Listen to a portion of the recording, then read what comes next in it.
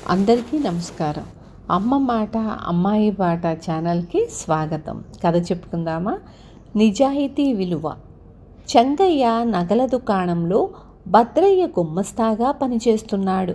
అతని జీతం డబ్బులతో అతని కుటుంబం సుఖంగానే జరుపుకుంటున్నది. భద్రయ్య నిజాయితీపరుడు.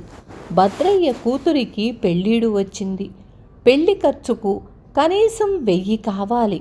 భద్రయ్య తన షావుకారును అప్పు అడిగాడు. కానీ షావుకారు వ్యాపారపు చిక్కులు సాకు చెప్పి అప్పు ఇవ్వననేశాడు.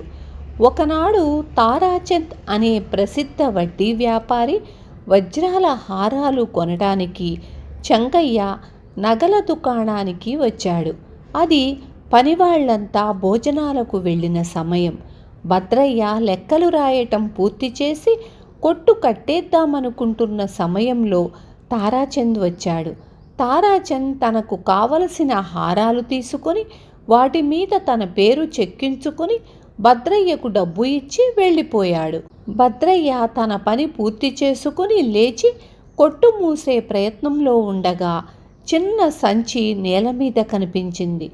దాన్ని విప్పి చూస్తే అందులో తారాచంద్ కొన్న హారాలున్నాయి.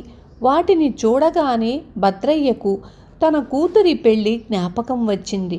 వాటిని అమ్మితే కూతురు పెళ్లికి కావలసిన డబ్బు చేతికి వస్తుంది. ఇన్నాళ్ళు నిజాయితీగా బ్రతికిన భద్రయ్య ఒకంతటా దూరాలోచనకు లొంగలేకపోయాడు. కానీ అవసరము అవకాశము కలిసి వచ్చి అతని నీతిని చెడగొట్టాయి.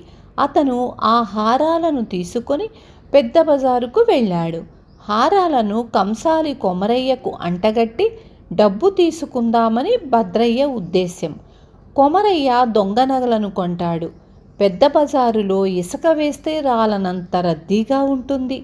జనాన్ని తోసుకుంటూ కొమరయ్య ఇంటికి చేరి రొండిన తడుపుకుంటే సంచి లేదు. భద్రయ్య గుండె గుబేలుమంది. ఆ సంచిలో హారాలతో పాటు అతని నెల జీతం కూడా ఉంది. ఆశ తీరక భద్రయ్య తాను వెళ్ళిన దారి పొడుగునా వెతుకుతూ నగల దుకాణం దాకా వచ్చాడు.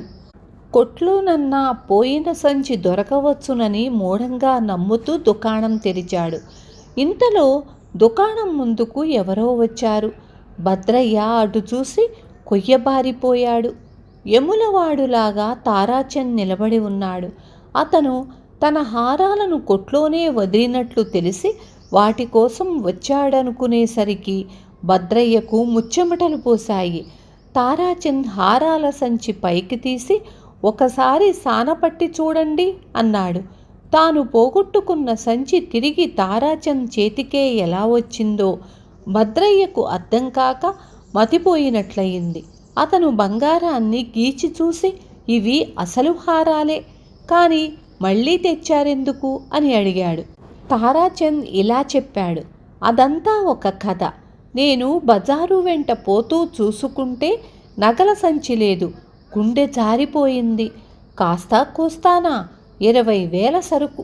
వెర్రెత్తినట్లు అందరినీ అడుగుతూ అంతటా వెతుకుతూ ఇంటికి చేరాను. మా ఇంటి వాకిట ఓ కుర్రవాడు కూర్చొని ఉన్నాడు. వాడి చేతిలో సంచి ఉంది. దాన్ని చూడగానే ప్రాణం లేచి వచ్చినట్లయింది. అందులో నా హారాలున్నాయని గుర్తులు చెప్పాను. ఏ తల్లి బిడ్డడో కానీ నీతి నిజాయితీ కలవాడు. ఆ సంచి నాకు ఇచ్చేశాడు. నేను వాడికి 1000 రూపాయలు బహుమానంగా ఇచ్చాను. మళ్ళీ అనుమానం వచ్చింది. హారాలు అసలువో నకిలీవో తేల్చుకుందామని వచ్చాను.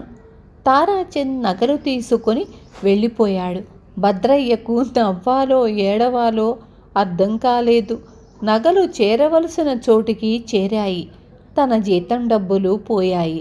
భద్రయ్య మళ్ళీ దుకాణం మూసి కాళ్ళీడ్చుకుంటూ ఇంటికి పోయి తన భార్యతో దాచకుండా జరిగినదంతా చెప్పి తన దుర్బుద్ధికి శిక్షగా నెలజీతం పోగొట్టుకున్నానన్నాడు. భద్రయ్యకును అతని భార్య ఊరడించటానికి ప్రయత్నించింది.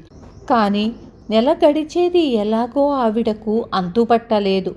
తాకట్టు పెట్టించటానికి ఆమె తన చేతి బంగారు గాజులు తీస్తూ ఉండగా భద్రయ్య పెద్ద కొడుకు చంద్రయ్య వచ్చాడు. వాడు తండ్రితో ఇలా అన్నాడు. నాన్న, ఇవాళ ఏం జరిగిందో తెలుసా? నువ్వు మామూలు వేళకు ఇంటికి రాకపోయేసరికి నిన్ను భోజనానికి పిలుద్దామని మీ దుకాణానికి వస్తే దుకాణం మూసి ఉంది. దాని మెట్ల పక్కన ఒక చిక్కం సంచి పడి ఉంది. తీసి చూస్తే అందులో 2 వజ్రాల హారాలున్నాయి. ఎవరి సొమ్ము వారికి అందించటం నీతి అని నువ్వు చెబుతుంటావు చూడు. హారాల మీద తారాచంద్ అని పేరు ఉంది. వెంటనే అతని ఇంటికి పోయాను. కొంచెం సేపటికి తారాచంద్ ఇల్లు చేరి హారాల గుర్తులు చెప్పి సంచి తీసుకొని నాకీ బహుమానం ఇచ్చాడు చూడు. తన దుర్బుద్ధి తనను శిక్షించిందనుకున్నాడు. కానీ తన కొడుకు నిజాయితీ తనను కాపాడినందుకు భద్రయ్య సంతోషించాడు. తారాచంద్ ఇచ్చిన బహుమానంతో భద్రయ్య కూతురి పెళ్లి ఖర్చులు గడిచాయి.